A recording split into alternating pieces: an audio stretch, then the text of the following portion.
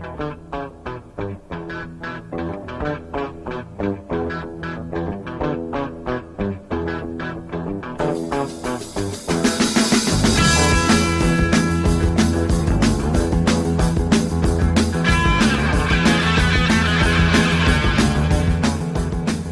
to episode 54 of Bogues, the basketball chat. Myself and Mike Procopio, live from Dallas. How you going? Bogues, excited for the All-Star game, man. A lot's has changed since Magic Johnson hit his last shot, man. I'm geared up for it. I'm geared up not to watch it again. Yeah, I'm not watching it, but let's just give a quick shout out to Tristan Thompson, my former teammate, the Sydney Kings, hit the game winner in the Rising Stars challenge or game or whatever it's called. I didn't watch it. I had it sent to me, but a great moment for him. A kid that was, or a player that was undrafted when he was real young, 18, 19-year-old kid, undrafted, had to go through, played in like random leagues, Belgium. We got him as a kind of a cheaper import who we thought would be a really good complement to what we had at the time with the Kings, and we were right. We hit that one out of the park, and now he's starting for the Houston Rockets and hit a big shot in All-Star Weekend. So a lesson to all the kids out there that you don't always start on top or drafted. So he's had a great couple of years in the NBA. Bogues, I think I've said this on the podcast before. Our game is light years ahead as far as skill level, ability to make shots, and the physicality of the league as far as like what players do with their bodies so young in their careers. But what the game is probably at an all-time low at is basketball IQ in dealing with adversity. And a lot of times players, the only way they're going to make it is if they're high draft pick, every play call for them. This is a great example of a guy that had to go. It reminds me a lot of Bruce Bowen, because like a Bruce Bowen had to play in like France for like $1,000 a month, minor leagues, had to get it back, and the money was nothing like it was today. And he had to make it that way. And it's great to hear about the way he made it, and he didn't give up. It was everything wasn't in his favor, and he had to battle through that adversity. It's great to see. Yeah, he'll be in for a nice little payday too in the next year or so. I'm not sure his contract situation. I think they had him on those notorious 3-year non-guaranteed. I think I'll have to check, but yeah, he's gonna get a nice little deal. Great complimentary player, could really help a championship team off the bench, I believe. Even though he's starting in Houston, I think he could be a good piece. 6'4", undersized, kind of Draymond Green light in a way with what he does. Defensively very active, long, and just kind of always has people saying, "Oh, he's too small," and just plays above that size. So, congratulations to Tristan Thompson. All right, team of the week. I'm not sure who you got this week, Pro, but I have my honorable mentions: Chicago Bulls and Memphis Grizzlies. They've both had a great week, but the Phoenix Suns again, pretty self-explanatory. I don't need to go too much into detail about why they're doing what they're doing and how they're doing it, but some numbers real quick: 9-1 in their last 10, 7 straight. In fact, 18-1 in their last 19 games, Pro, and they're 48-10. And they've had some injury/COVID. They've got Ayton's been in and out. Bogut's missed a little bit of time. They look, they're my championship favorites as of today. Now, a lot can change with injuries and form and but they just look primed and ready and focused. And I caught that game against the Milwaukee Bucks probably about a week ago now, and it was, they're just really, really tough to beat. They don't beat themselves. What I really like about their roster, we all know Booker's their go-to guy scoring-wise, but they're so balanced, so balanced. They've got a bunch of guys that are averaging 13, 14, 15, Johnson and Aiden, and Chris Paul's obviously running the offense and happy to be second fiddle to Devin at times, and vice versa.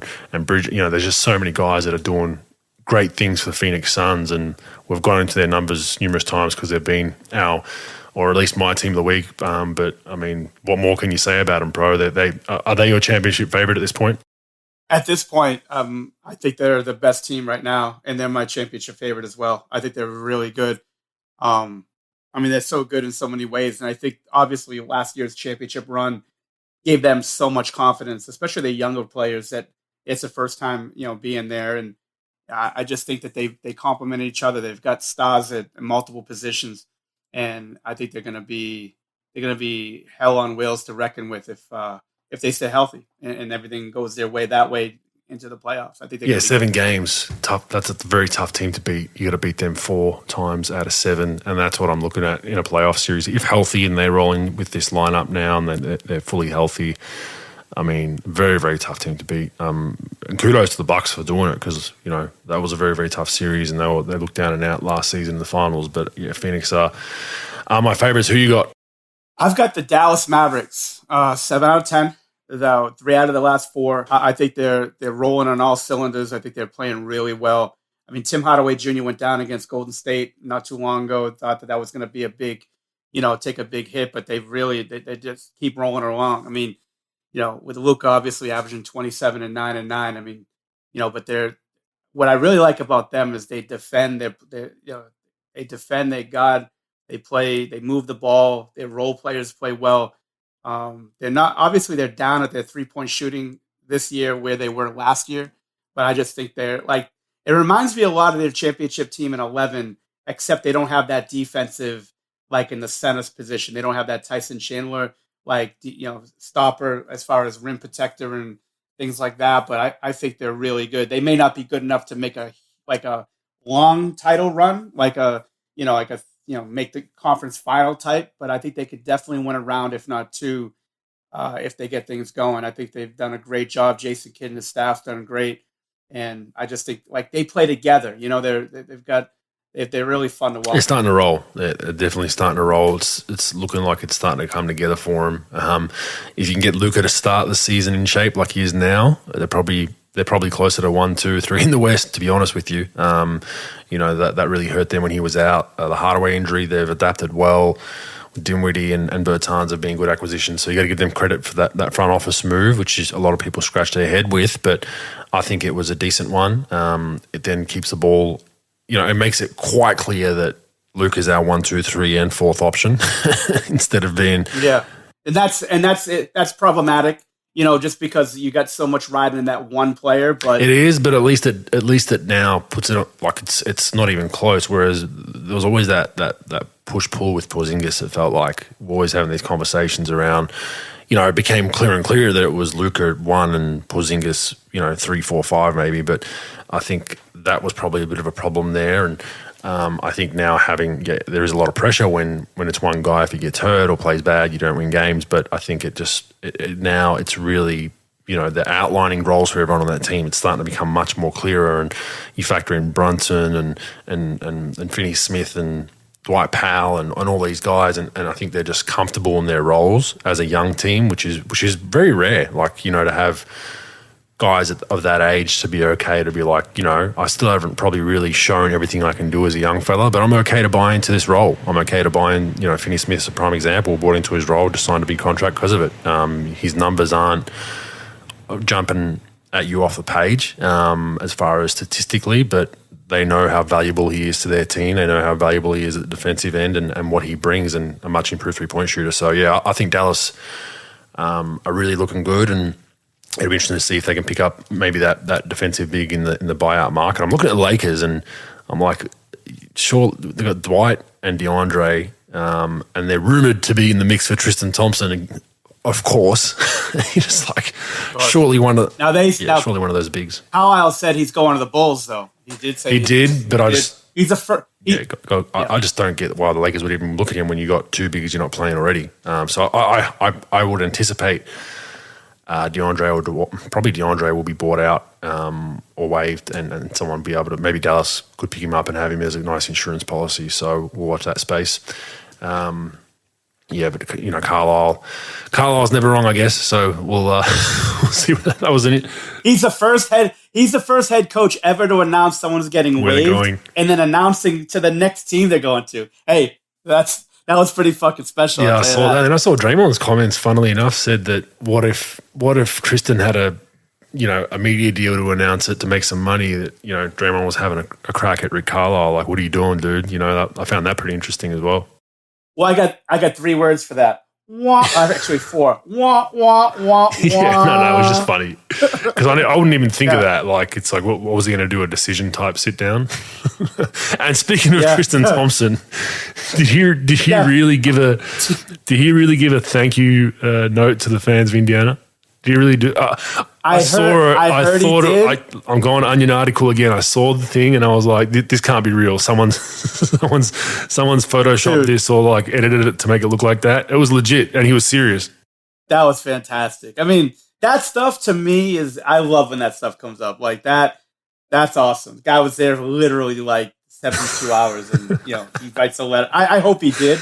It's probably Onion-ish, but it was great. I think it was serious. I loved it here. You guys were great. The 3 days, the 3 dinners we had together, I'll never forget those.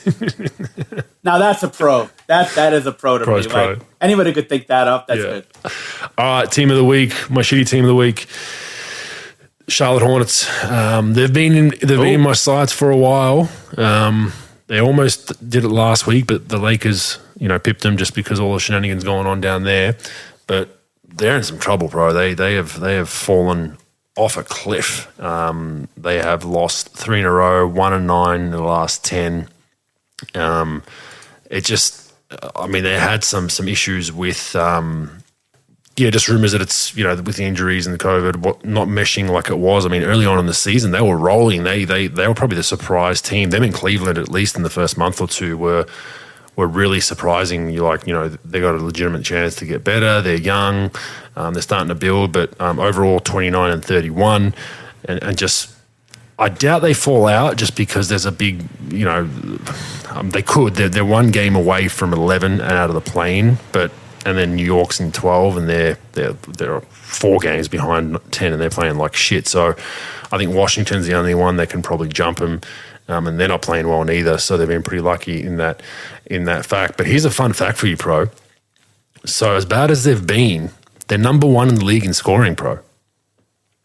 They're number 1 in the league in scoring, 113.8 points per night. So I know you're not Einstein, but where do you think the defensive points per game are, Pro? Yeah, I wouldn't. It's probably as good as like the Knicks offense. So yeah, probably not so. 28th. They're giving up 114.7. So, and it's such a small. If they get that number from 114 points to 110, they're probably in the middle of the East, if not 4, 5, 6. And because their offense is balling, but I guess because they're not really putting any emphasis on the defensive end, they're just trying to outscore you. That doesn't work well in the NBA. But yeah, I looked at that and I was shocked. I was like, as bad as they've been, 1-9 in their last 10, haven't won a lot of games over the last month or two, leading the league in scoring. So, what are your thoughts on them? Bogues, they're a team that's like pretty interesting when you look at it. I mean, they've been decimated with the Hayward injury. I think that really hurts them. It's just an extra shooter, extra offensive player. And not a great player by any stretch anymore, but like definitely somebody they could rely on. Not a defender, but someone who's a pretty good scorer. I mean, look, like Miles Bridges, what he's been doing this year, I think he's definitely my vote for the comeback player of the year or the most improved. I mean, he's done a very good job averaging 20 and 7 in 36 minutes of work. Ball's been playing. But you know what? I've been watching a lot of videos. This is great. Like YouTube, they pick out everything. Like there are these guys people who create content that just pick out everything. And Ball like loses his temper and like some of the like immature stuff that he does as far as like losing his temper and losing his edge. Although he's having a unbelievable year, obviously averaging 20 and 7, but he's got to be a leader of that team, even though he's a young kid. I think he's got to sort of settle it down a little bit with the temper stuff, like on bad calls and things like that, and just sort of losing it. I think he's got to just chill. But defensively, I mean, look, they got him, they got Oubre, Hayward. They've had, not many great defenders there. I think Bridges might be one of the better defenders in Plumlee and, PJ Washington, but they don't really have a lot on the defensive side. They're a good team. They're young. They're fighting. They fight every night, but they're just in a little bit of a slump, and they just got to sort of ride it out a little bit. Montrezl Harrell, I don't know what he's going to do, but he gives them a little toughness inside, and gives them some talent, averaging about 17 and 8 on the year. I think that for them, I think they got a chance, but they just got to ride it out. They're in a cold streak right now, and they just got to sort of stick together and battle through it. Yeah, I think their looseness free flowing is a positive and a negative for him, right? So I think they lose to the ball at times. Melo underhand passes behind the back, a beautiful way to play. But I think that affects them on the defensive end because I think they do the same thing defensively. They gamble for steals at times in the games I've watched. They're not locked in on the help side for the most part sometimes. And I think that free-flowing offense is beautiful and works well, but I think then you got to flick the switch on the defensive end and be like, hey, we are this team offensively. We're going to be loose, free-flowing. We'll make mistakes every now and then, but we're going to put points on the board. Defensive end, you can't play defense like that. You got to have your principles that you rely on, your team principles. You got to be on a string with your teammates. Like, I know this guy's going to get up in the ball, so I got to come help earlier if he gets beat, or vice versa. Hey, this teammate over here, he's got a tendency to gamble. It just seems like they're all over the place defensively. So they clean that up, and like I said, if they can just get their, from 28th in the league defensive points per game to even 12, 13, 14, they'll be in the mix for the playoffs. But they got to adapt. Who you got? At the New York Knicks, currently not doing great. Winners of 2 out of their last 10. They had that monumental loss to the Brooklyn Nets where, like, you look up, they're up like 30, and they ended up, losing 111-106. We're going to be talking about them later, probably about 90 seconds after I sort of give the spiel, but definitely things are struggling right now in Tibbs and company, and they're not playing well. They got, they're not guarding anybody. Obviously, their acquisitions in the summer, with Kemba and Fournier. And Fournier, that definitely doesn't help their offense, their defensive output as far as what Tibbs is used to coaching. And look, they've been messing up. The other night they had we'll talk about that later with the coaching stuff, but they just been blowing leads. They blew 3 20-point leads in 11 days. They've lost 3 out of 4. They're just not playing well. They're not playing well at all. Yeah, and I watched that Brooklyn game. I'm involved with Dabble, which is a new startup betting company here for everyone out there, which you can jump on, download the app. It's pretty cool. You can go on there and make group chats and chat with your friends and share bets and all that kind of stuff. So I just do some multis as promos. And the only reason I was watching the game was because I picked Brooklyn in my multi because I thought, New York up and down, they'll probably squander this. And then I saw the halftime score and I was like, fuck, of course. It was at one point, was it 54-28 at one point, I think, in the first half. And I was like, all right, that one's done. And then I went and did some errands, came back and the end of the third and I was like, ooh, it's down to 10. And you just watch the game and it just felt like there's no belief they were going to win that game, and they were up by 20. It just felt like you knew the run was coming. And to New York's credit, they sustained the first run in that game.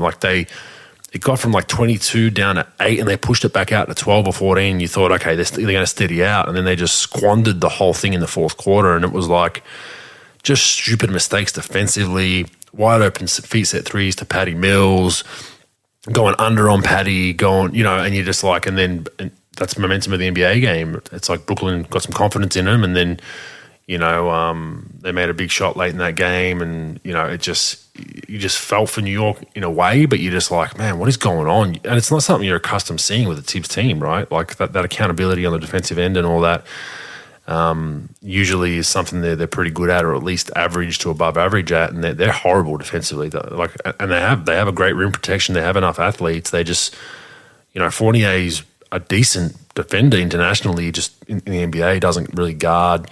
Kemba's, he's never been a great defender, and now he's moving even slower. So Julius hasn't been known for his defense neither. So they're in some trouble, and it's just we all thought they'd turn the corner at least. We're building towards becoming an Eastern Conference threat maybe in the next 3 or 4 years, some free agency acquisitions and with what they're building, and it's gone the other way really, really quickly, Pro. That's what surprised me. The drop-off has just been, it's been 3 or 4 months really from a decent season last season. Yeah, it's pretty bad, but you know how it is, Bogues. The worst thing you can do, when you take over a rebuild, and that's what basically they were when Leon Rose took the team over and they hired Tibbs, is they were trying to just sort of clean it up. Is they finished fourth first year, fourth, I believe fourth in the East, and they had very high expectations in that town, which they haven't had a lot of success in that town before they got there. So they get there, they finish fourth, everything's great. They're garden people. They're fun to watch. And then like everyone's on cloud nine and they have that expectation level every year. And that's the problem. And I think when you make a big jump in a big market, I think when you make a big jump like that, the expectation level, especially in New York, is so high.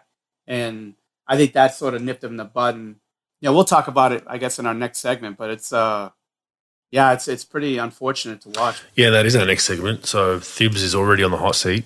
What did he sign, pro? Was it a 5-year deal? I think it was $535, if I'm not mistaken. But I could be year wrong. 2. Jeez.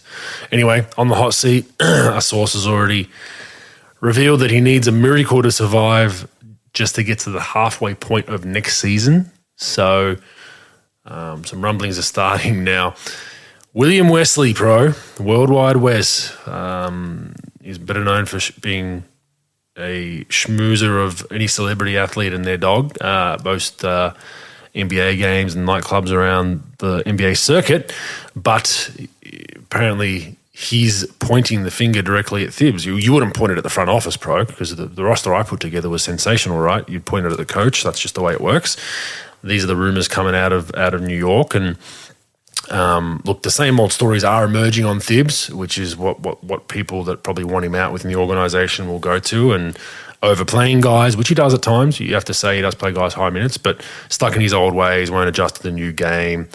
My question is this roster the right roster? And I think your point previously that the worst thing about being a new coach as part of a rebuild is having a bit of success early, because then now everyone thinks, like we just said, we thought, shit, they're going to be much better this season than they were last season. And last season they were a 4-5 seed. So I think that was some fool's gold. They probably overachieved, and he came in and ruffled some feathers and made some changes, held people accountable. And now there's a bit of a hangover effect of like we were never that good. Probably got more out of us than we should have got. Look, they're 25 and 34, 12th in the East, and they're 4 games out of a play-in. So they're very, very unlikely. I haven't checked their schedule. Probably should, but I haven't checked their schedule finishing the season. But they're unlikely to even get a playing game, pro, and that's inexcusable. I think they should be down the bottom of that, 6 to 10, somewhere around there. But do you think it's fair to put this all on Thibs, and do you think he survives? I mean, I doubt he'll be too unhappy if he's getting another $25 million to walk away. He'll go on another 3-year sabbatical, which he did after he was fired the last time. He came up to the Warriors when I was there. He watched some practices like most coaches do, and he was happy to do that and better himself. But do you think it's fair? I think part of it's fair. Some of the things that has happened the last week or so in the year, 2 weeks, like, look, they knew who they got. I mean, I think Worldwide West actually represented him, if I'm not mistaken. At least Leon Rose's division, his coach's division, representatives. They know exactly who he is. They know exactly his strong points and his weak points. Grumpy all the time. One of the more knowledgeable coaches, probably the best defensive coach in basketball. He could definitely get you organized. He can get you, get your guys ready to compete. But he does certain things. He plays guys long minutes. He's stuck in his ways as far as how he sees the game and where he wants it to go. Probably better with veteran players than he is with younger players. But he's a heck of a basketball coach. And then you go into the acquisitions during the year. Look, in the summer, I like Fournier, no doubt about it. But you spend a lot of money on. You spend about an average of about $18 million. He's got about he's at 17.1 this year. He's got 18 next year. He's got 18.9 in 23-24, and he's got team option $19 million, which you'll never see the light of day probably in 24-25. So that was a big deal, not because of his talent level, but because of what Thibs likes to do, how he likes to play. He's not a defending player, and you're in New York, and Evan's been a hell of a player throughout his career, but you're asking him to play in a city where he's got to play a certain way, and it's going to be tough for him. And they've had some injuries, small ones, to Nerlens Noel and Derrick Rose. That's been, those guys aren't huge contributors as far as like 20 and 10 guys or anything, but they're big on how Tibbs likes to play, especially in the defensive end with Nerlens Noel and Derrick Rose sort of been through Tibbs' deal for a long time. So I think it's, the big thing, Bogues, if you want to be a championship organization, is you have to stick together. You have to stick together. I knew this was going to happen as far as like we talk about it all the time about like it's a nuclear arms race to who's trying to get to the owners there first, the front office or the head coach, because they want to protect their own. And especially when the media, which is brutal in New York, is trying to poke holes at you every day. So of course, when things are going bad, it's easy to sort of throw someone under the bus. I'll tell you a story. There was a time, and again, this is just how it is in Boston. When I was around Danny Ainge a lot, there was a conversation as far as just how the team was doing. Team was doing very poorly, and this is before they made the Garnett trade. This is probably 05, probably 05, and maybe 06, 05, and like Ainge had a perfect opportunity to throw Doc under the bus, and it wasn't like that type of conversation just came up. And like we're just talking about the team and things like that with ownership. And he defended the guy behind his back 1,000%. And I looked at him and I'm like, wow, this is like you hear all these stories about GMs, cutting off head coaches behind their backs, to their, just cutting them off with the knee. And here's a guy who's got high integrity who just like backed his guy up. And that's what they need to be doing. They're year 2. And this is what happens in New York every single year. Like every regime, and this is why things screw up, because they don't stick together. They're in a rush. They throw money, like they throw bad money in free agency, and then they like one side's trying to throw the other side under the bus instead of just sticking together and saying, you know what, we're okay, we're fine. Let's just look. We're in a tough spot right now, but how are we going to get out of it? Not pointing fingers, not throwing people under the bus, not throwing people overboard, but how are we gonna just get through this? And they've got an all right team, but they've got moves to make, and they're in year 3 of a rebuild. But look, you're in New York. You got an owner who's a little nuts, and I guess you just want to save one side of it, and front office probably wants to save themselves, and that's not good when those types of stories are coming out. Yeah, I think they're in some trouble. It's going to be eventually. It's going to get to a point where there's going to be some scapegoating, and it's an arms race to the owners, like you said. So I totally agree with that. But it's 1.5 years into a rebuild with a hard-nosed coach to even be talking about firing him already, you've probably got bigger issues than the coach, in my opinion. If you're already looking towards that, if this was year 3, 4, 5, maybe a little bit different. But you've maybe you should blame yourselves for not doing your research. You know who Thibs is and who he was and who he's always been. So you knew he's not going to come in and run a Mike D'Antoni type offense and hug everybody and smile all the time. So that then falls back again on the front office. So if you're firing him after a year or two, you didn't do your D&Ds around who this guy was. You just hired a name because you thought it was we'll hire a name that's supposed to be a disciplinarian and we'll just take him. So then that falls back on your front office again or your ownership. So I think he'll survive. I just don't see it happening next season. I think he gets another year surely, and then beyond that. But unless they've got different plans or there's a coach coming to market, who knows? Maybe D'Antoni shows his face again in New York. But I highly doubt that. But yep, we'll watch that space. It's just real interesting seeing both New York teams, really. Even Brooklyn struggling, but I think they'll get back on track in the next couple of weeks. I think post All-Star, once we get Ben Simmons back on the court and KD healthy, I think they'll start rolling again. It'll just be interesting how high they get if they get home court and all that kind of stuff. So we'll see that. Enes Kanter, I'm not going to call him by his new moniker because I refuse to do that. I still call Ron Artest. Enes Kanter is nominated for a Nobel Peace Prize, bro. I found that real interesting. I'm not sure how you get nominated or how that all goes, but his efforts for calling out inhumane practices in China, which I agree with. Whether you agree or disagree with him being a hypocrite or all that kind of stuff's a separate conversation. But the conversation this leads me to is he was just waived by the Rockets after he was traded from the Celtics. Does he ever play in the NBA again, bro? It's hard to say. It wasn't, my opinion on him being waived right after he got traded wasn't a conspiracy theory because of his thoughts on, China or whatnot. Although he went to the right team for it, right? With that, went on with that the Rockets thing in the last year and a half. But look, they're a young team. The league isn't about what he's about, really. He doesn't defend. He's a 20-10 guy.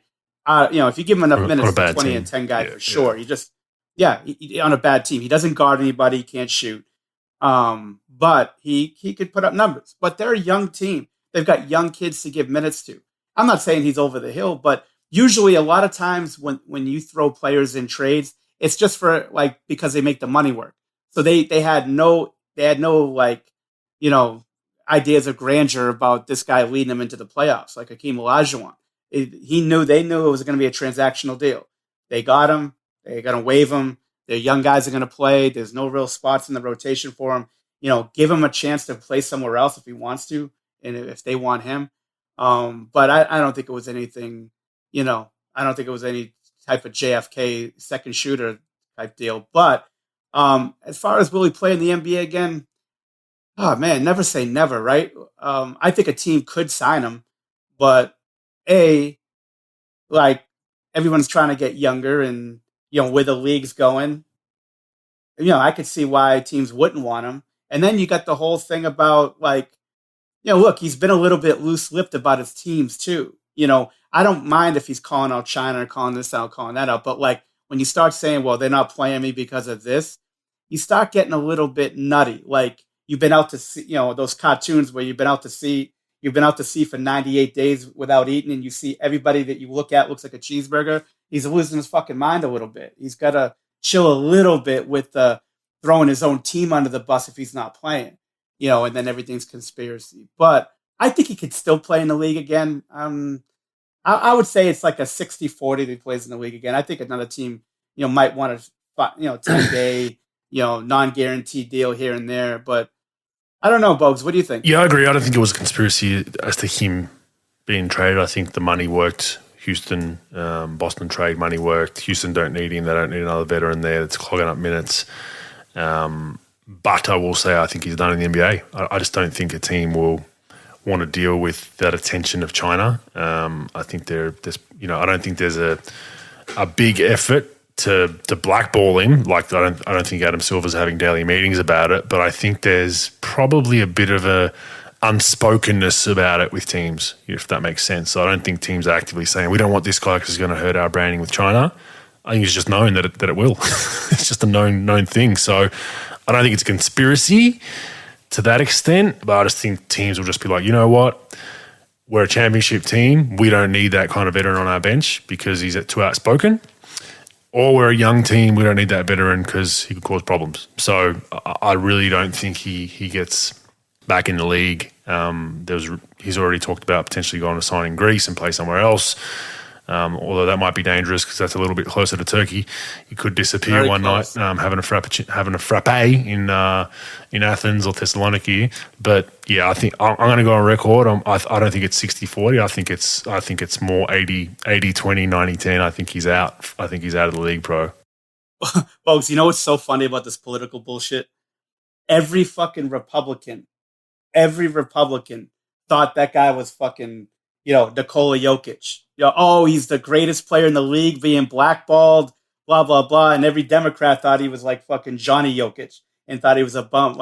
Everybody thought, all the Republicans thought it was a conspiracy theorist that he got cut. He's this best player, this and that. And then every Democrat in America would say, nah, he sucks. It's fucking hilarious. Oh man, the political side of things just warps people's minds, doesn't it? It's just yeah. And we see it.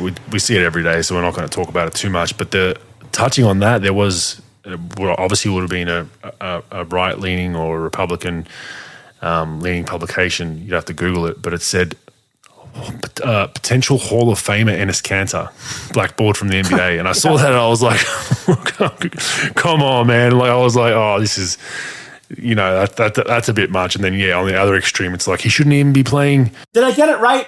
Did I get it right? Is the Republicans that love him? Yeah, And the yeah. Democrats So that hate him? yeah, Okay, the right okay. side is saying that he's been blackballed for free speech, and generally the Republicans are anti-China, and I think everyone for the most part should be weary of what's going on with China. So that shouldn't be a political leaning, but yeah, they went that, and then like you said, the more left-leaning people were like, yeah, he shouldn't even play in the G League. He's terrible. Like, he can barely walk in a straight line. You're just like, really? Like, do people hear yourselves? Like, it's just ridiculous. So, and it's generally people that don't follow basketball on both sides that are just like, I heard he was terrible, so he's terrible. Or I heard he was the best player ever, and now he's blackballed and he can't be the best player ever. And you're just like, ah.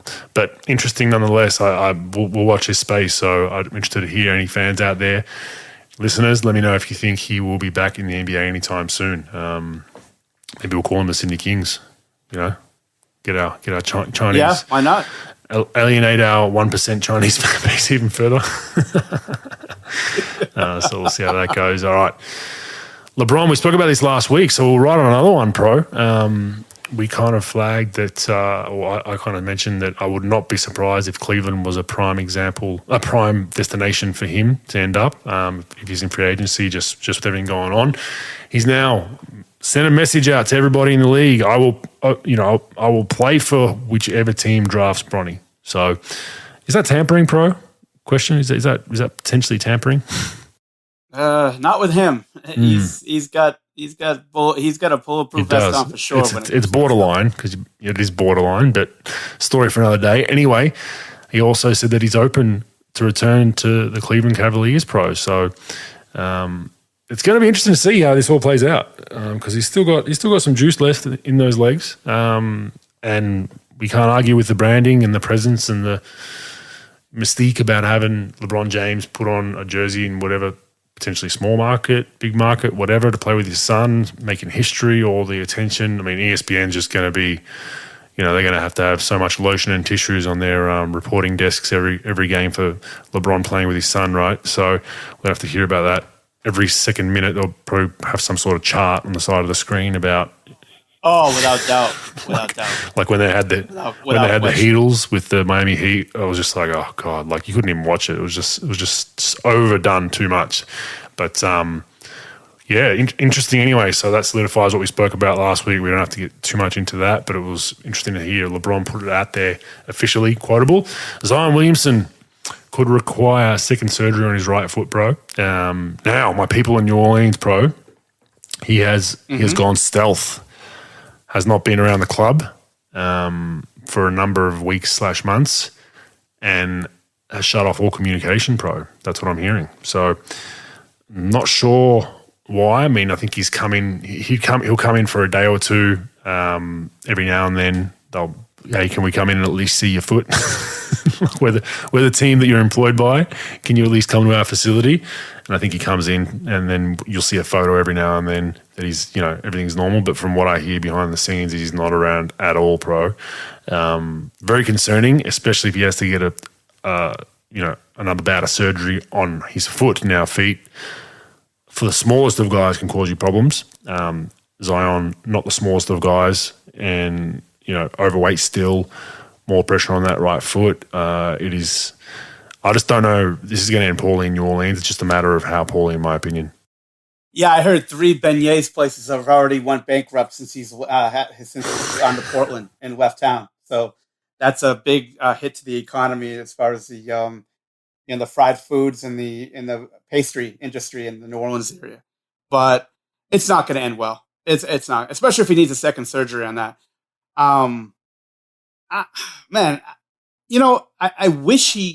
I hope he does change, but just history has told me with players like this that are overweight, constantly overweight, and getting in injury problems, that this is going to be an issue. Like Blake Griffin had injury issues early on in the year with his career with his knee, but he sort of stabilized it. And other players have done the same thing, but no one that I've seen has had major injuries like this and had a weight problem on top of it.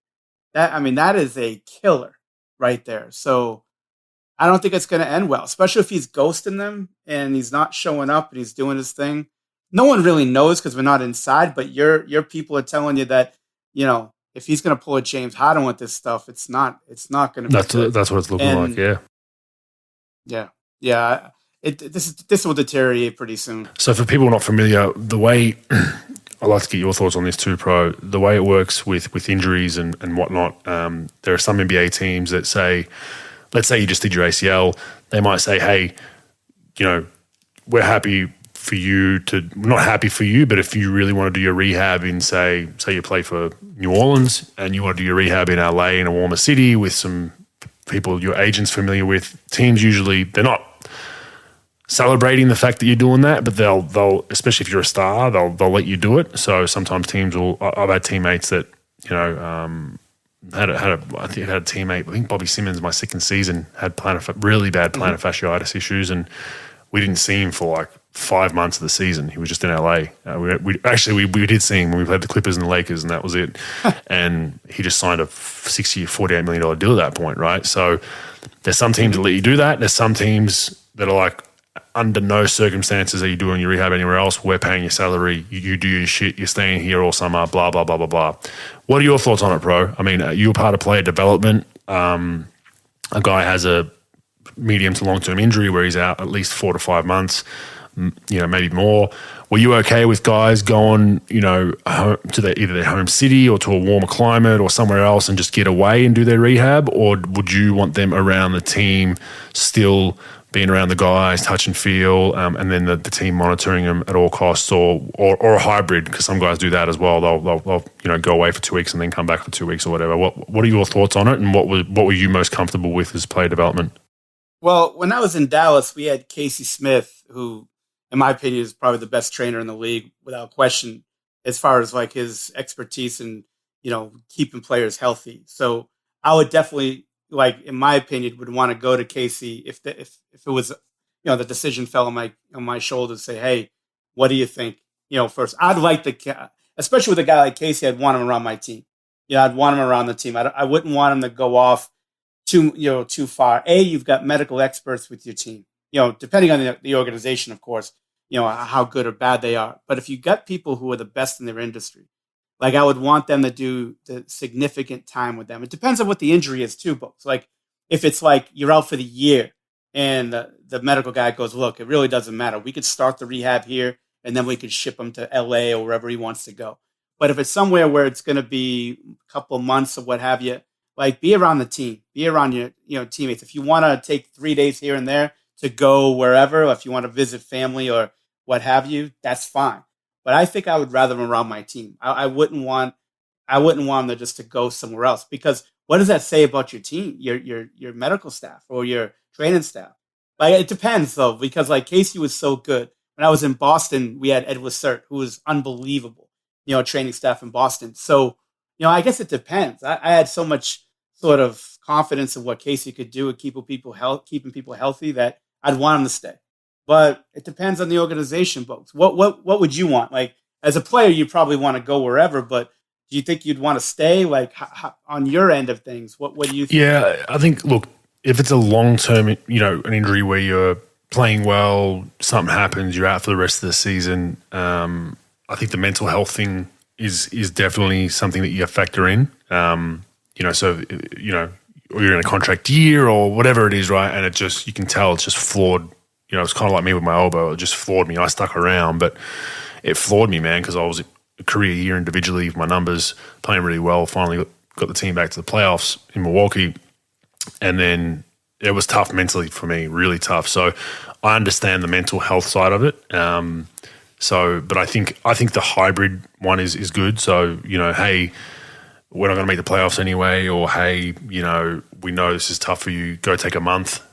Because usually the first month or two of a serious injury where you're out long term, you're not doing anything, right? You're either cast it up.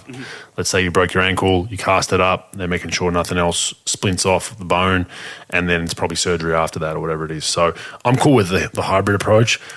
I mean, the questions are trust, right? So there's some athletes out there that will they do their rehab properly, right? If you're not under the nose of your training staff and they're monitoring you at least once a week, at least every couple of days, And, as we know, pro, there's some players out there where their trainer is their boy, or their trainer is their cousin or their uncle, or a guy who was just running a restaurant or whatever it was, right? That's where you got to be careful. So do you trust your player that they're professional? Now, there's some guys that like a Matt Dellavedova. This kid's going to do whatever you tell him, he's going to do it, and do it twice a day, right? You know that. When you could put him in Siberia and not see him for a year, he's going to follow his rehab to a T. Then there's other guys that you're like, I might just flake on my rehab today, or I might be late, or you know what I mean? So that plays a factor for teams as well, and that's what stresses teams out a lot too. He's like, are you really doing everything you say you are? Because we don't want you to come back and then, your other ACL goes or your other Achilles goes because you didn't rehab properly. So I think the hybrid approach, but I think it's tough. I mean, sometimes for your mental health, it's better being around the team rather than just in a foxhole in a city by yourself. Some players like that better. Some players don't. Some players want to be around family. Some, it's a hybrid, I think, approach for me. But yeah, I mean, I think, being around the team.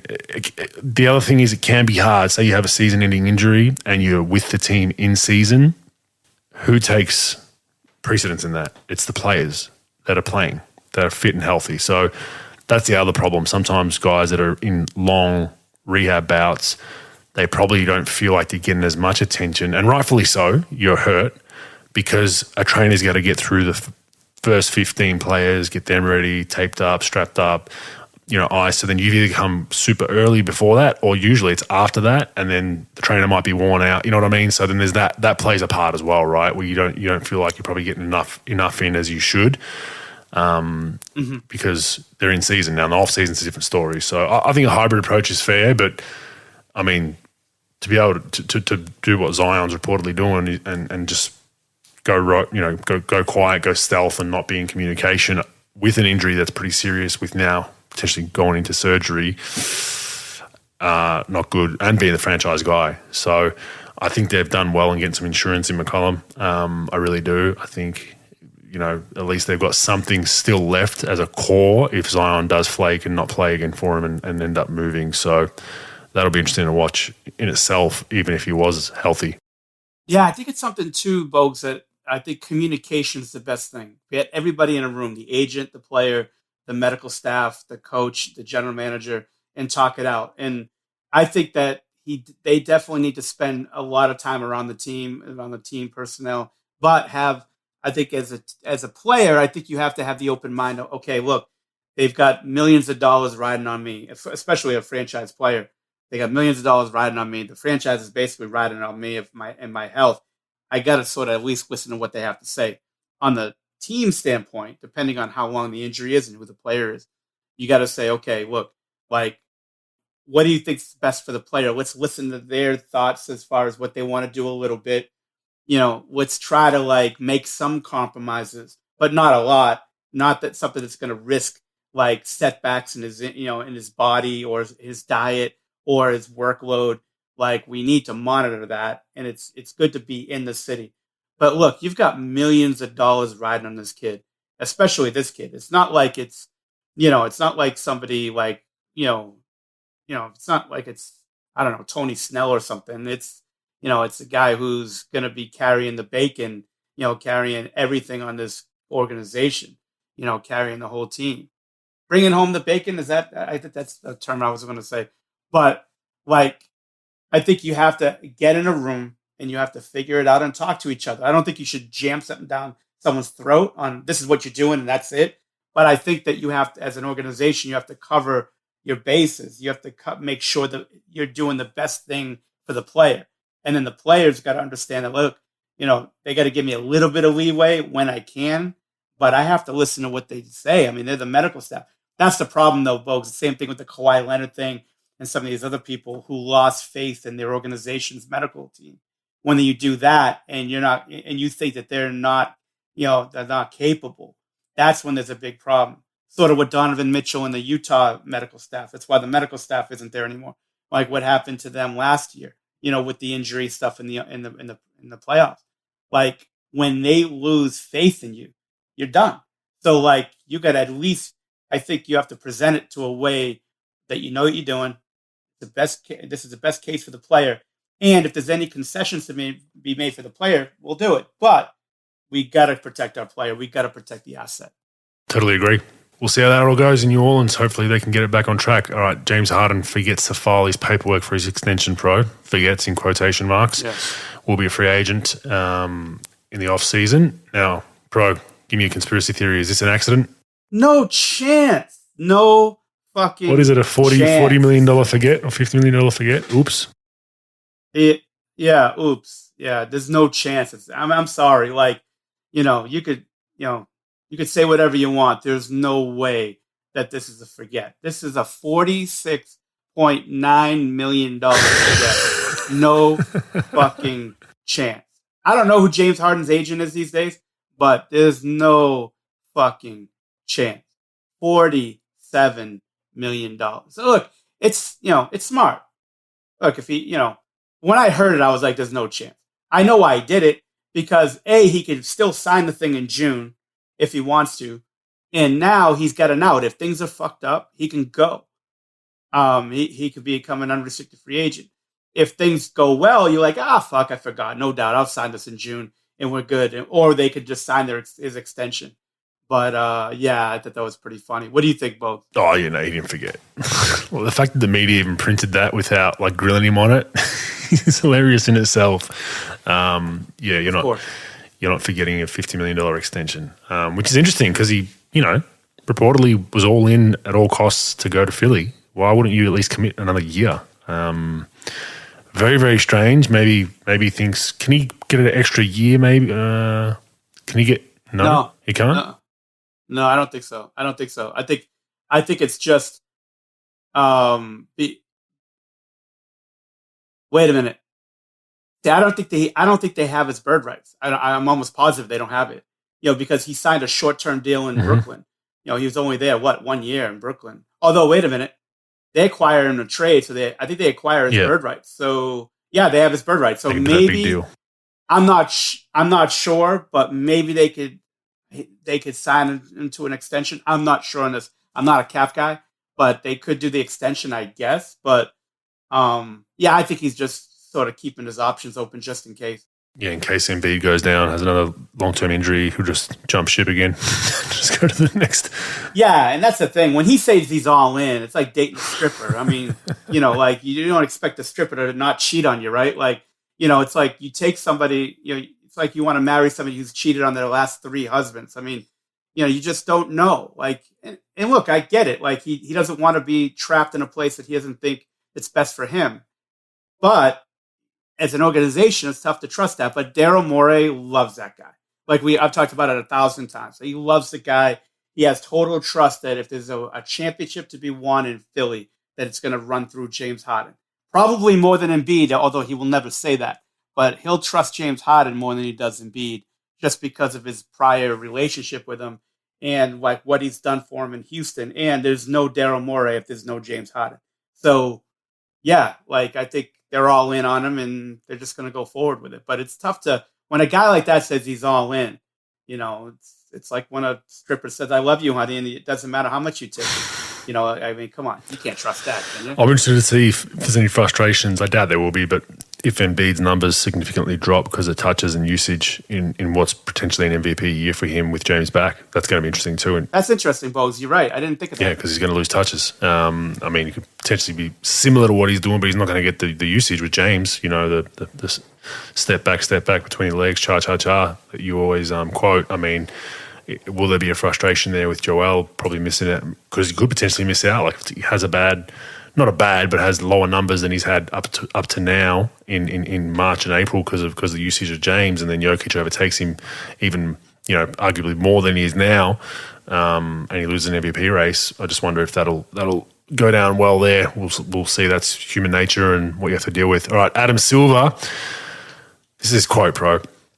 Players wishing to switch teams whilst under contract is not good for the NBA. You think?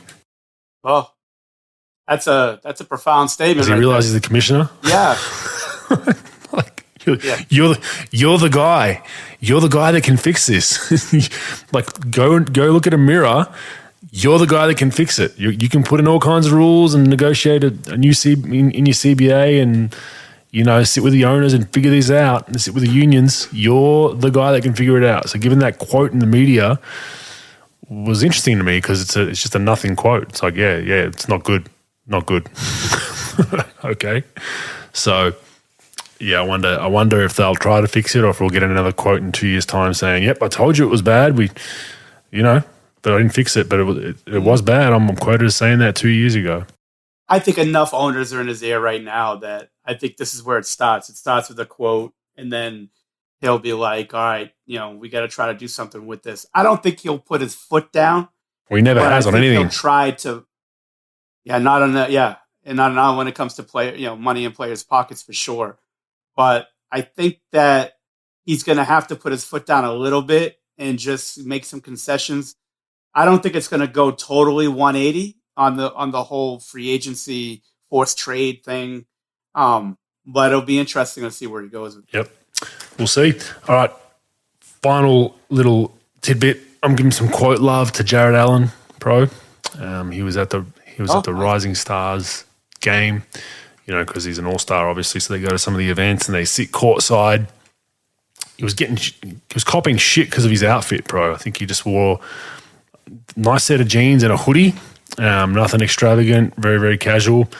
And you know how most guys go to all-star games these days. By the way, did you see James Harden's outfit at the last Philly game? He looked like a character from Game of Thrones.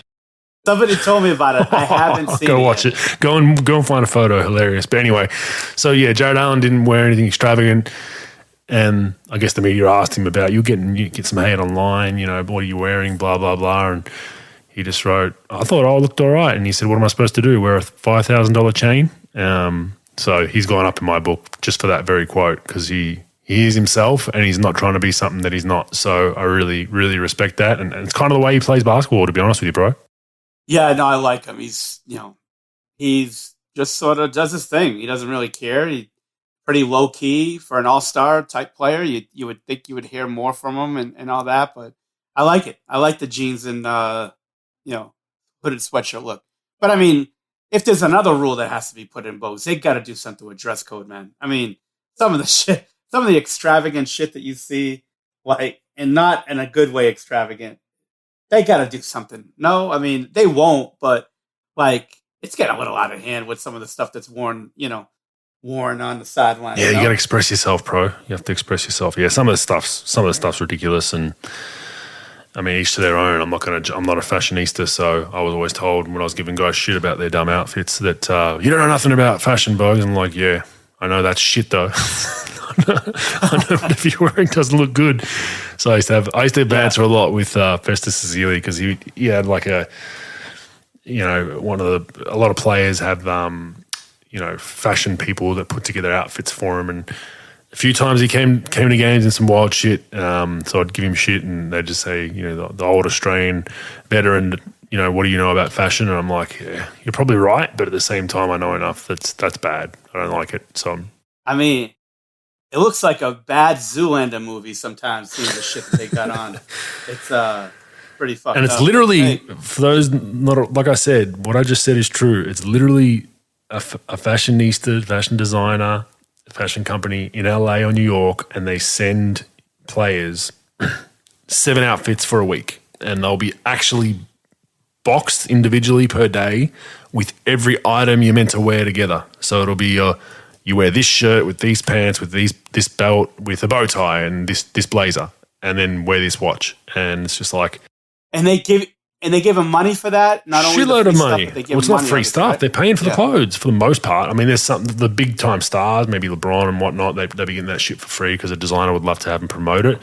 But there's a lot of guys, they pay for that as a service. So not only are you paying for the clothes, you're paying for this person to tell you what to wear and what goes well together. I get it to an extent. You get to interior designing and furniture. There is a skill in that to an extent, but I mean, I was just more simple, man. I just put together, a pair of jeans, a nice t-shirt, nice tight fitted t-shirt and a watch, and I thought I looked all right.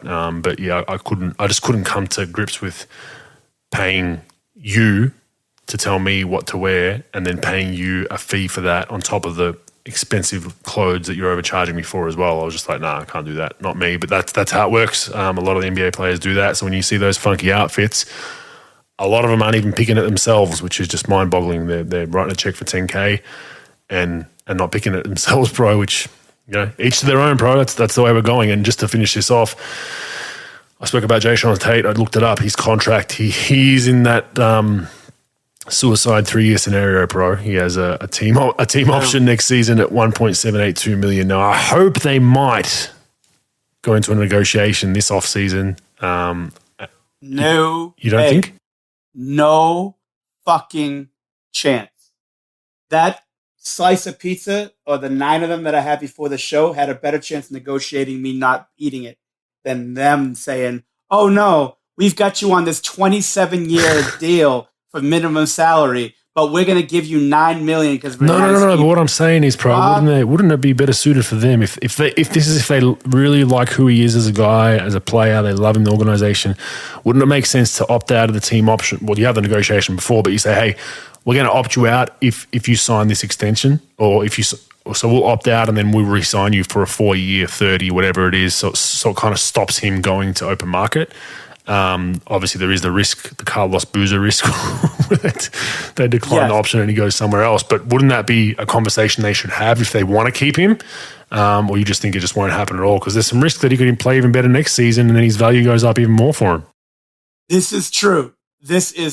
But I think that you got to understand who you're dealing with. It's not a Carlos Boozer or Gilbert Arenas situation. He's a good player, but I don't think in my opinion, only in my opinion, I don't think he's going to be a max player or anything like that. Even if he plays out of his mind. I mean, just for the players they got on their roster, I don't think there's any way that he could really get up to that, in my opinion only. But now they've got him under a very low deal, obviously. So it'll mess up their cap stuff if they want to go after somebody now. So they could keep him on hold, sign their people, and then get his bird rights, and then sign him to a long-term deal, and it can go over the cap to sign him. So right now, I think if you do it before somebody that you have their bird rights for, that you can't really go over the cap. You just got to do it in cap room. So right now, if they did that, that's just more money that ate away at their cap that they could sign with somebody else. And then once they get their cap rights, his bird rights, then they could do it. Most of these guys, Bogues, we had a bunch of them in Dallas. Brunson was under a 4-year deal. Dorian Finney-Smith was under a 3-year deal. It doesn't matter. They just keep them. And Daryl Morey sort of started that in Houston, where he just started signing guys to long-term minimum deals where guaranteed him $100,000, 3-4 year contracts, only guaranteed him $100,000. And then depending on what time of the year it is, then some other options kick in. They kick in. And then, if you're on the roster at this date, then next year you're guaranteed $100,000 more, and it goes up. So yeah, I don't think so. I think the team's going to keep him where he is and then keep their cap flexibility and then just take the hit at the end. If he's worth $8 million now, just say, and then he plays much better and now it's at 15. I would much rather take the $7 million hit and sign somebody else and then add him to it rather than keep me from signing somebody else. Gotcha, yeah. Makes sense. Yeah, just gives you some flexibility. Yeah. Makes sense. All right. NBL, Melbourne United still rolling. They're 10-4. They're in first place. They have a big fella there named Joe Luala-Chul. Now, he was a backup when I was still playing, and then he was a backup last season at Jock. But he is balling. He is a potential MVP candidate. 17.5 and 9.8 rebounds, 17.5 points, 56% from the field. So I had to give him a shout out because he's having a very, very good year and just continues to get better and better and better and better. So shout out to him. Sydney Kings are coming pro with 4 straight wins. Big scalp last night versus the Perth Wildcats at home. Bias aside, it was one of the best back and forth games I've seen in the NBL this season. It was fantastic. Game of runs. Kings came out of the gates. Really good first quarter. We usually play real well in the first quarter and then had a poor second quarter. Perth came back. Third and fourth quarters were neck and neck the whole way. Just a really, really fun game. For those of you who haven't watched it, if you can catch a replay online, it is worth watching. It was a very, very fun game. Came down to basically the final shot. So that was really, really cool. Southeast Melbourne, a bit of trouble there, Pro. Now, their head coach, I kind of mentioned this in passing, not on the podcast. Maybe I did actually, but, in the NBL preview. But that their coach is big on showing on ball screens. Pro, he doesn't like to do anything else but either an aggressive show to a double, a hard show, a hedge. He likes to be up to touch on all ball screens. And when they signed Joe Chi, the Chinese guy, I was like, how is this going to work? He's not a show guy. He's slow-footed. And his strength is, blocking shots at the rim. So you got to kind of cater your defense towards that.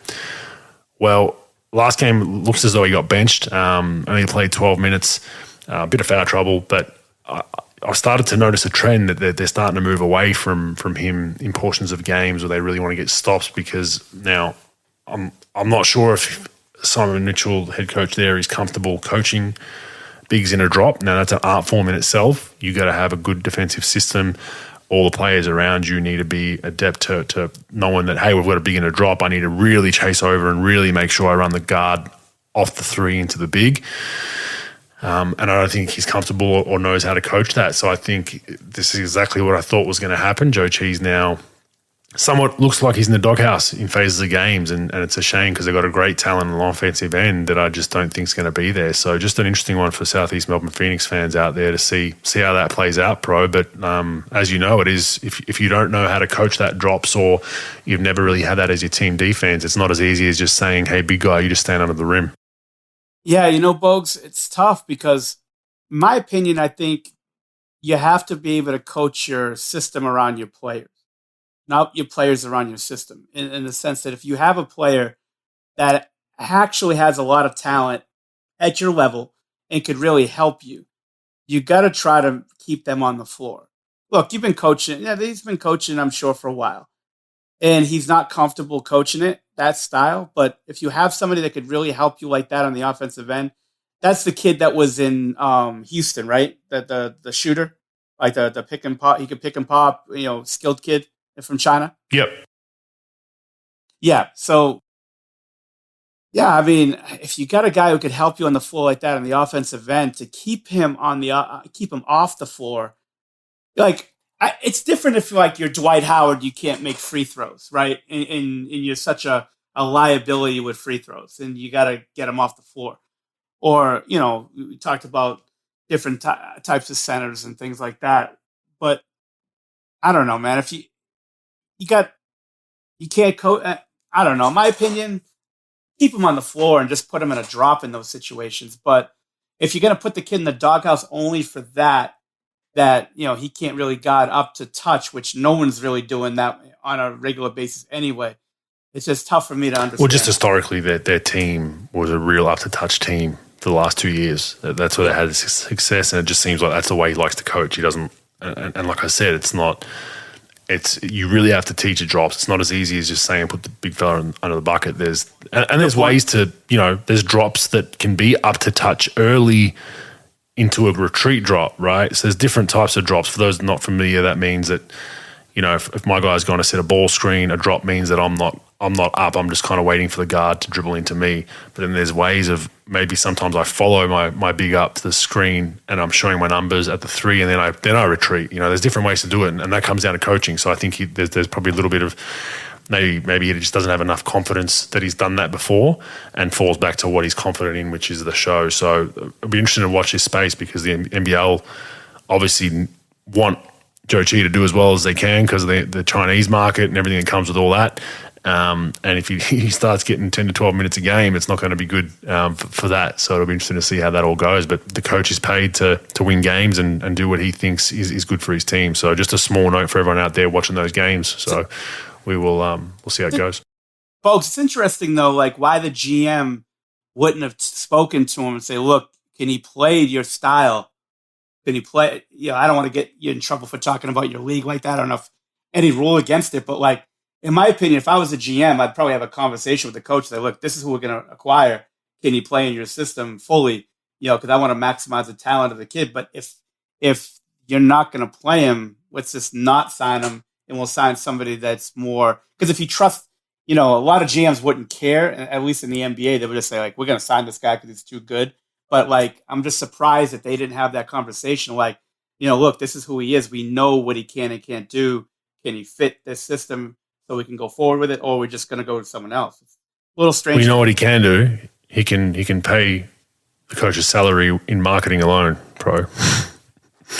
No, so there you go. I think that's definitely a factor. That's why I'm not working. But that's definitely a factor, and if it sounds stupid, but it's brutally honest. They're a foundation club that only started a couple of years ago, so they're trying to build their fan base. And I know for a fact that as soon as that Joe Chi signed there, they sold a shitload of courtside boxes and courtside seats to the Chinese market in Australia. They paid top dollar for them. So I think that's a factor as well. It's like, well, yeah, maybe he doesn't fit our system well, but he does fit our bank account well, where we can actually, not be in the minus at the end of the season. And that plays a part, unfortunately. It's part of the business. So, yeah, I think they would have had that conversation to an extent, but I think it was probably more a business decision outside of the coach's wants in this one if I was a betting man. But we'll watch that space.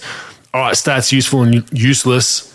DeMar DeRozan in my sights this week. He's broken Wilt Chamberlain's record, pro, for the most consecutive games with 35-plus points on 50% shooting or better. So we'll go through them real quick. He had 38 points on 59%, 40 points on 67%, 38 points on 50%, 35 points on 64%, 36 points on 68%, 38 points on 59%, and 45 points on 60%. Useful or useless, bro? Useful as hell. I mean, that's a hell of a run. You're just not going to be any, buddy off the street doing that. That's pretty impressive. And it's a guard, pro. That's pretty It's impressive. A guard.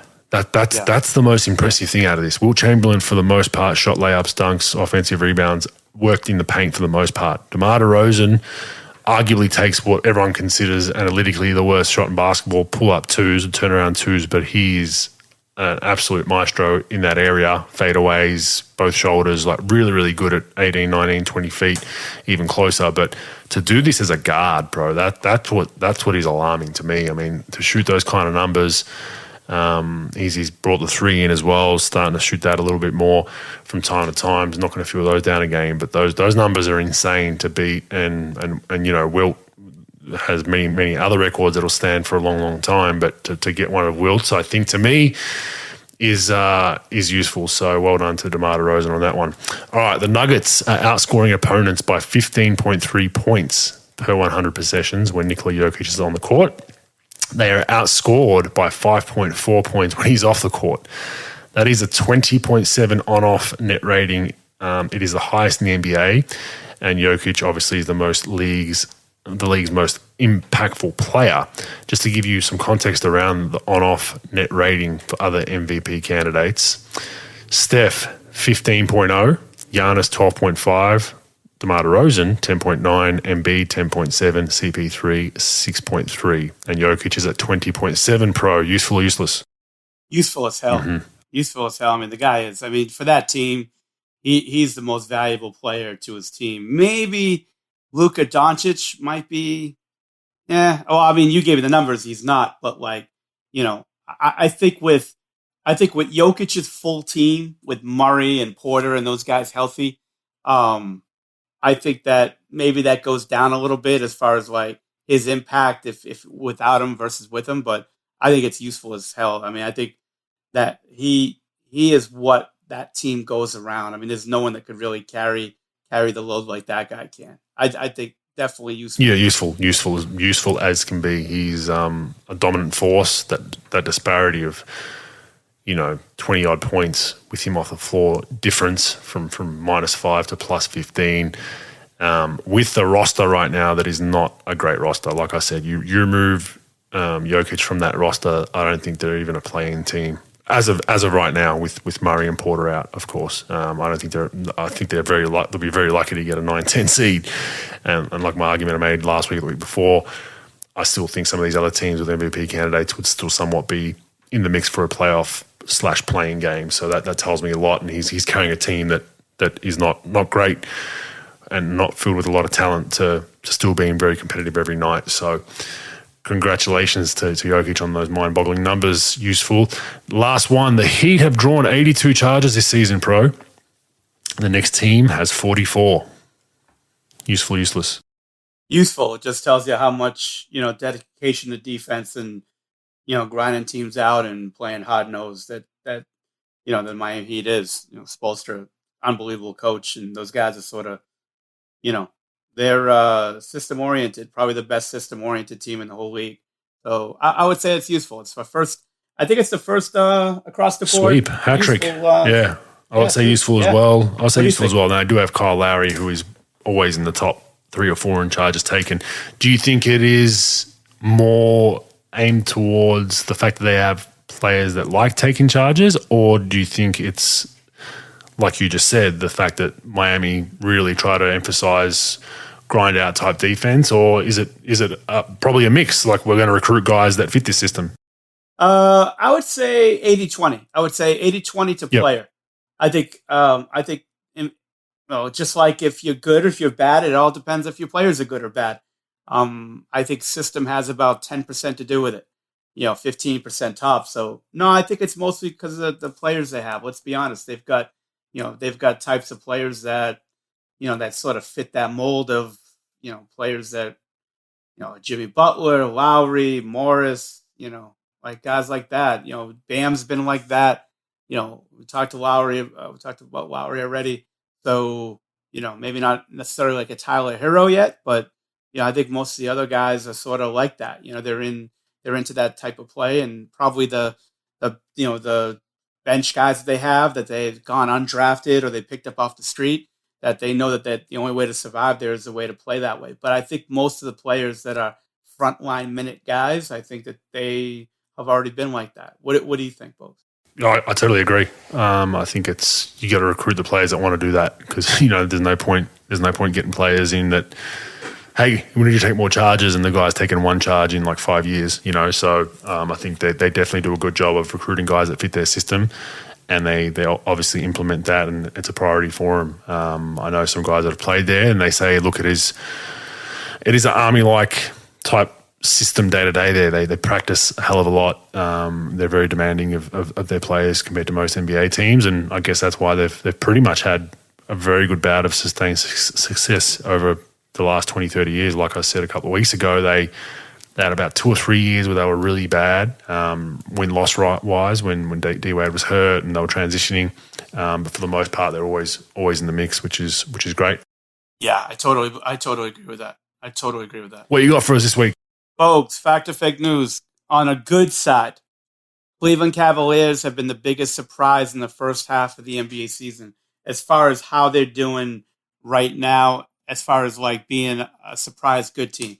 A fact or fake news? Yeah, fact, 100%. I don't even know if I had them in my mix. I think I had them fringe or barely in my mix, but they're doing a fantastic job. We mentioned Jared Allen, guys buying into roles, a good bout of youth and veterans. They bring in Rondo, and Kevin Love's revitalized a little bit. He's had a nice little resurgence where he's had some big games for him off the bench. There's a joy in the way they play, and I think that's the biggest thing. It looks like they enjoy playing together. They don't win every game. What are they, 35-23 at this point? They're 4th in the East. So as of today, they are in a 3-way lock, 3-4-5, which is Milwaukee, Cleveland, and Philly. So they should be in that mix. I doubt they drop below 5, which is Boston, who's 2 games behind that lot. And yeah, I think they just have that joy back. They have a nice system. They're well coached. They play well together. And I'm excited to see where they build from here. And yeah, I'll continue to watch their success. So I think that's definitely fact, bro. Yeah, I say it's fact as well. I think close second, but not as close as the Minnesota Timberwolves at 31-28. They've been playing very well, 7 out of the last 10, and really competing and fighting. But Cleveland, has a legit chance not only to finish in the top 4, but also possibility of winning a playoff series. Not sure if they will, but they definitely have a lot of momentum going towards. So I would say it's fact. I'd say they're the biggest surprise heading into All-Star break for sure. Yep. Bogues, our guy, Josh Giddey, is the hottest, basketball speaking, of course, because I know you called me on this before, is the hottest rookie heading into All-Star break right now. Fact. Yeah, I think he's someone posted something, his month-on-month stats since the start of the season, and it's just like better. I think he should be closer. What is he? He's third right now in Rookie of the Year voting, or not voting, the poll that they do all season. They got Mobley 1, Scotty Barnes 2. Look, I think he overtakes Scotty Barnes right now. I really do. I think he's having a hell of a run. Really, what do you have? 4 triple-doubles so far to date. He's had 2 or 3 in the last couple of weeks. His performance in New York the other night was huge, albeit it was against the Knicks, but hey, you can only play what's in front of you. So I'm excited by Josh Giddey. I think he'll go, he's going to go down as one of our greatest ever Australian basketball players. And yeah, he's putting it all together, and he's just never seems like he's in a panic. I think the 3-ball has surprised me, as I'm sure it would you. That was probably the one question mark. I mean, he's not shooting it at a fantastic clip, but he's shooting it, and he's shooting it confidently. And he's had some games where he's 3 for 4, 3 for 5. So that they're really good signs, because we thought that he would be Rondo like Rondo was early in his career, where it's like blatant unders the whole game. But even when they go under, he's just got so much size, and he's pretty deceivingly quick for his size that he gets to his spot when he wants, wherever he wants to get. He's got those nifty little hooks. He's got floaters. He can get on the rim. He uses the rim really well to protect himself when he's in the lane against shot blockers. And most of all, he just picks the defense apart in pick and roll coverage. So people that watch the game don't just watch the stats. Watch what he does off pick and rolls, where a lot of times he won't get the assist, but he knows where the rotation's overcommitted from, and he gets that person the ball, and then it might be a swing, wide open 3. He does just such a fantastic job of it. Very poised player for his age. And I'm looking forward to seeing him get even better. He'll be an NBA All-Star eventually. It's just a matter of when. But yeah, I hope he can get that Rookie of the Year first. But I've got him probably at 2 below Mobley right now. And I will say, if he continues on his month-to-month trajectory that he has been the last couple of months, where he gets better and better, I think he should be the Rookie of the Year pro. He's an unbelievable shooter. He's just not an unbelievable maker, of course. He's only shooting 26.7% from 3, but he is shooting it, like you said. He's got total confidence there. I think Oklahoma City does just as good as anyone else in the league at developing players. I mean, they're already great evaluating and drafting. They've been off the charts since Sam Presti's been there. I've said it a million times. He's, in my opinion, the top GM in the league. But now they just they're trying to put players around him. They got obviously Gilgeous Alexander around him. They've got a bunch of good role players, but now they're just trying to sort of figure things out. And I think it just, you sort of just got to get used to it. And I think he's used to it now. He'll hit his rookie wall like every rookie does. But I think that he's playing comfortable. That they don't put a lot of pressure on him. He's in Oklahoma City. He's in a small market. That's the best thing about being in a small market team with very little expectation as far as how the team's going to do, because they know they're in a rebuild. And they've told him he doesn't have to average 25 and 9. He could average. I think he's averaging something like 12, 7, and 6. And, his passing ability is phenomenal. His size and his ability to pass. And then they'll get a lot more talent around him as the years go on. And I think he'll be there for a long time. And, I think he could help you win. And that's not a lot of players can impact winning. And I think he could definitely impact winning. His shooting will definitely get better. I don't think he won't end up being Larry Bird or anything, but he'll be I think, in my opinion, that he'll get up to 35% probably in the next 2 years. You'll see him make a big jump, maybe 3. He'll get up to that 35% mark, which is about average. I think 36.5 is about average. I think he'll be good. I think he is the hottest rookie going in. He's had some unbelievable nights in the last 4 or 5 games. In the last 10, he's averaging, I think he's averaging something like 16 and 9 and 7 assists. So I think he's really coming into his own. And I think confidence, as Bogues, besides talent, confidence is your biggest weapon and ally as an NBA player. And I think he has it, in my opinion, without knowing him or having any information. It just seems like he's playing very confidently. So yeah, I think he's that. Beautiful. All right, last one, Bogues. The Lakers. Now, we talked about Cleveland being the biggest surprise in the good end.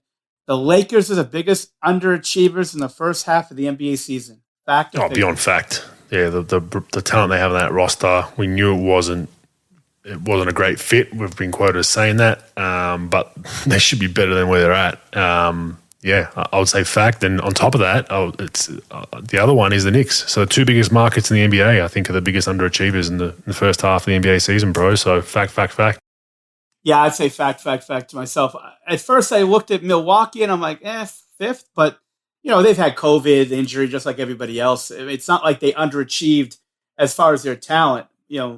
I know LA hasn't had Davis for a little bit of a stint in the first half, but from the talent they've had and the expectation, even though I don't think we ever had them in a championship conversation, we probably had them in the top 4 in the West, and I think most people would put them as well, like in the preseason. So New York definitely as well as someone who underachieved. So I would say definitely fact, definitely the biggest underachieving team in the first half. Beautiful. That wraps up a quick wrap up. Don't forget, the All-Star Game's starting soon. So tomorrow. Make sure you tune in and watch that absolute clinical display of basketball prowess, Let me know how it goes next week on Rogue Bogues. You can let listeners know because I won't be watching it. Neither will I. So I'd rather watch a documentary on broccoli, to be honest with you. So I'm good. And good luck to Patty Mills, Australian representation. I think Josh Giddey's in the skills as well. But Patty Mills in the 3-point contest. Let's hope he gets a win for Australia. Has every chance. He's shooting the ball really well. So that's one I potentially will watch later today. But as for the All-Star Game, that will not be me. We'll see you all next week.